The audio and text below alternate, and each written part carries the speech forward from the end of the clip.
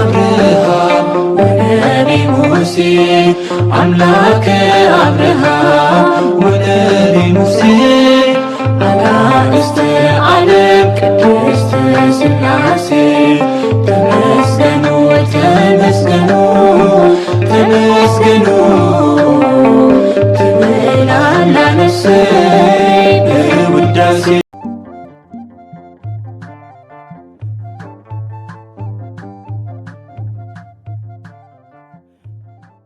በስመ ሥላሴ በስመ አብ ወወልድ ወመንፈስ ቅዱስ አሐዱ አምላክ አሜን።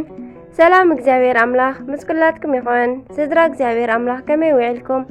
ኣነ እግዚአብሔር ይመስገን። ክብሪ ይስፋሕ መድኃኔዓለም ኣቦይ ልዑል እግዚአብሔር አምላኽና ክሳብ ሰዓት እዚኣ ትጸንሕ እስትንፋስ ዓዲሉ ብጸጋን ብጥዕናን ስለ ዝዓቀበናን ዘጽንሐናን ክብርን ምስጋናን ኣምልኮን ውዳሴን ንዘለዓለም ንዕኡ ይኹኖ። ከምውን ነታረሬተ ሊና ቅድስተ ቅዱሳን ንጽሕተ ንጹሃን ወላዲተ አምላኽ ወላዲተ ቃል ዝኾነት ቅድስቲ ኪዳነ ምሕረት ኣደይ ቅዱስ ወዳ ብዝሃባ ክብርን ምስጋናን ንዘለዓለም ንዓኣ ይኹና። ከምውን ንኹሎም ቅዱሳና እግዚአብሔር አምላኽና ብዘኽበሮም መጠን ብዝሃቦም ቃል ኪዳን ከከም መዓርጎም ክብርን ምስጋናን ንዘለዓለም ንዓኦም ይኹን ኣሜን። 17 ጉንበት ናይ ዕለቱ ስንክሳር ድሰምዕ ዘንብብ ፍቕር ጎይታ ኣብ ልቡ ይሕንብብ ሓለዋን ጸሎትን ናይ ቅዱሳን ድማ ይረክብ። ዝክረ ጻድቅ ለዓለም የሉ ዝኽሪ ናይ ጻድቅ ንዓለም እዩ ዝነብር ካብ ኩሉ ክፉእ ዘበለ ክድሕኑ ንቅዱሳን ተማሕፀኑ ኣሜን። በስመ አብ ወወልድ ወመንፈስ ቅዱስ አሐዱ አምላክ አሜን። እንኳዕ ናብ ዓብይ ናይ ቤተ ክርስቲያን ጠበቓ ዝኾነ ቅዱስ ኤጲፋንዮስ ዓመታዊ ናይ ዕረፍቲ በዓል ብሰላም ኣብፅሐኩም ኣብፅሐና። ቅዱስ ኤጲፋንዮስ ሊቅ ቅዱስ ኤጲፋንዮስ ጽድቂ ምስ ቅድስና ድርሰት ምስ ሓለዋ ዝተኸናወነሉ ኣቦ እዩ። ኤጲፋንያ ማለት ናይ መለኮት ምግላጽ ክኸውን ከሎ ኤጲፋንዮስ ማለት ድማ ምስጢረ መለኮት ዝተገለጸሉ ማለት እዩ።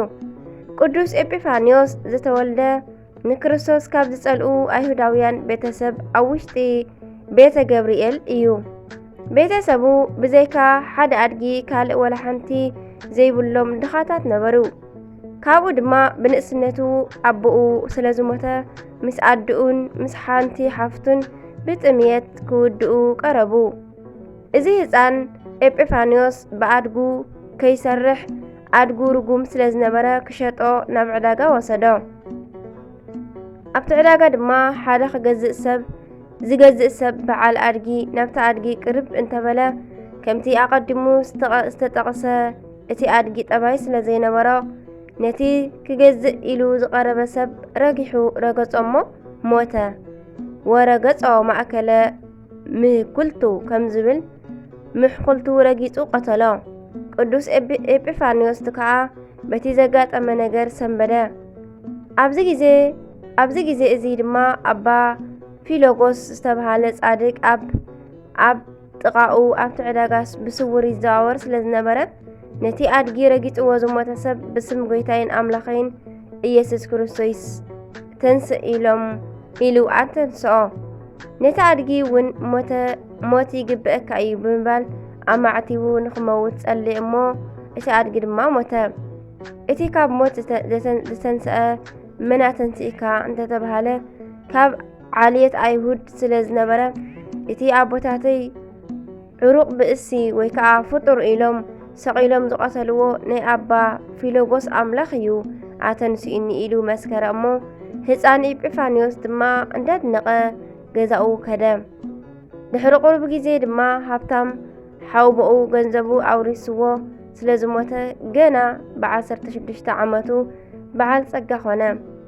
እቲ ኣብ ዕዳጋ ዝረኣያ ተኣምር ግን ብውሽጢ ልቡ ትመላለስ ነበረት። ሓደ መዓልቲ ድማ ሉኪያኖስ ምስ ዝበሃል ክርስቲያን ክኸዱ ከለዉ ለማኒ ወይ ከዓ ነዳይ ረኸቡ። በዓል ጸጋ ኤጲፋንዮስ ከዓ ሓለፎ እሞ እቲ ድኻ ክርስቲያን ግን ነታ ዝለበሳ ኣውሊቑ መጽወታ። በዚ ጊዜ መልኣኽ መጺኡ ናይ ብርሃን ልብሲ ከልብሶ ከሎ ኤጲፋንዮስ ተመልከተ። ኣብዚ ጊዜ ኤጲፋንዮስ ጊዜ ኣየጥፍአን ምስ ሓፍቱ ኣሚኑ ብክርስቶስ ተጠመቐ። ሃብቱን ንብረቱን ፍርቁ መጽወቶ እሞ ብዝተረፈ ድማ መጽሓፍቲ ገዚኡ ናብ ኣባ ኢላርዮስ ገዳም ኣተወ። ኣብኡ ድማ መናንያን ስጋብ ዘድንቕዎ ብፍጹም ትግሃትን ቅድስናን ተጋደለ። ብጸሎቱ ዝናብ ኣዝነበ፣ ድውያን ፈወሰ፣ ብዙሕ ተኣምራት ከዓ ገበረ። እግዚአብሔር ድማ ንኻልእ ኣገልግሎት ስለ ዝደለዮ ኣብ ቆጵሮስ ደሴት ጳጳስ ኮይኑ ተሾመ። ብሉይ ምስ ሓዲስ ዝወሰነ ሊቅ ስለ ዝኾነ ብዙሕ መጻሕፍቲ ተርጎመ። ብሽሕ ዝቑጸሩ ድርሳናት ደረሰ። ብኣፍን ብመጽሓፍን ኢሉ መናፍቃንን ኣይሁድን መልሲ ከም ዝስእኑ ስለ ዝገበረ ቤተ ክርስቲያን ሓላውየ ትብሎ። ካብ ዝደረሶ መጽሓፍቲ ሓደ ሃይማኖት ኣበው ዘኤጲፋንዮስ፣ መጽሓፈ ቅዳሴን ኣክሲማሮስን ስነ ፍጥረት ሎሚ እውን ኣብ ቀረባ ይርከቡ። ሊቅ ቅዱስ ኤጲፋንዮስ ብጽቡቕ ጓስነት ብዘደንቕ ብቅድስና ተመላሊሱ ብ406 ዓመተ ምህረት ኣዕረፈ። ዕድሚኡ ድማ 96 ዓመት ዝኣክል ነበረ። ኣርኬ ከምዚ ይብል ሰላም እብል በቃለ ስብሃት ወይባቤ ለከናፍርሁ መሃዘ ከርቤ ኤጲፋንዮስ ከዊኖ በመንፈስ ቅዱስ ነባቤ እምአምረ ሰይኩ አስኬማ መላእት ግልባቤ ውስተ ልብየ እኪተ እያሃ ደርኩይቤ ይብል። በረኸት ናይ ኣቦና ኤጲፋንዮስ ምስክላትና ይውዓል ኣሜን። ኣምላኽና ካብ ቅዱስ ሊቅ ቅዱስ በረኸት ይዓድለና ኣሜን። ጉንበት 17 ዝኽበሩ ዓመታዊ ናይ ቅዱሳን በዓላት ቅዱስ ኤጲፋንዮስ ሊቅ ዘደሰተ ቆጵሮስ፣ ቅዱስ ኢላርዮስ ገዳማዊ፣ ኣባ ሉኪያኖስ ጻድቅ፣ ቅዱስ ፊላታዎስ ክርስቲያናዊ። ወርሓዊ በዓላት ድማ ቅዱስ እስጢፋኖስ ሊቀ ዲያቆናት ቀዳሚ ሰማዕት፣ ቅዱስ ያዕቆብ ሐዋርያ ወልደ ዘብዴዎስ፣ ቅዱስ ኣበው መክሲሙስና ድማቴዎስ፣ ኣባ ገሪማ ዘመደራ፣ ኣባ ጵላሞን ፈላሲ፣ ኣባ ለትጹን የዋህ፣ ኣቡነ የናስ። እቲ ዝቃለስ ዘበለ ብኩሉ ገዛእ ርእሱ መሊኹ እዩ ዝነብር። እዚኣቶም ነቲ ሓላፊ ኣኽሊል ምእንቲ ክቕበሉ እዮም። ንሕና ግና ነቲ ዘይሓልፍ ስለዚ ኣነ ይጎይ ኣለኹ ግናኸ ከምቲ ዕላማ ዘይብሉ ኣይኮንኩን እዋጋእ ኣለኹ ምስ ንፋስ ከም ዝዋጋእ ግና ኣይኮንኩን ንኻልኦት እናሰበኽኩ ንርእሰይ ዘይበቁዕ ምእንቲ ከይከውን ንሰብነተይ እገዝዖን ኣለኹ። ቀዳማይ ቆሮንጦስ ምዕራፍ 9 ፍቕዲ 25 ይብል ኣሜን። ስንክሳር ድሰምዕ ዘንብብ ፍቕሪ ጎይታ ኣብ ልቡ ይዕንብብ። ሓለዋን ጸሎትን ናይ ቅዱሳን ድማ ይረክብ። ዝክረ ጻድቅ ለዓለም ይህሉ። ዝኽሪ ናይ ጻድቅ ንዓለም እዩ ዝነብር።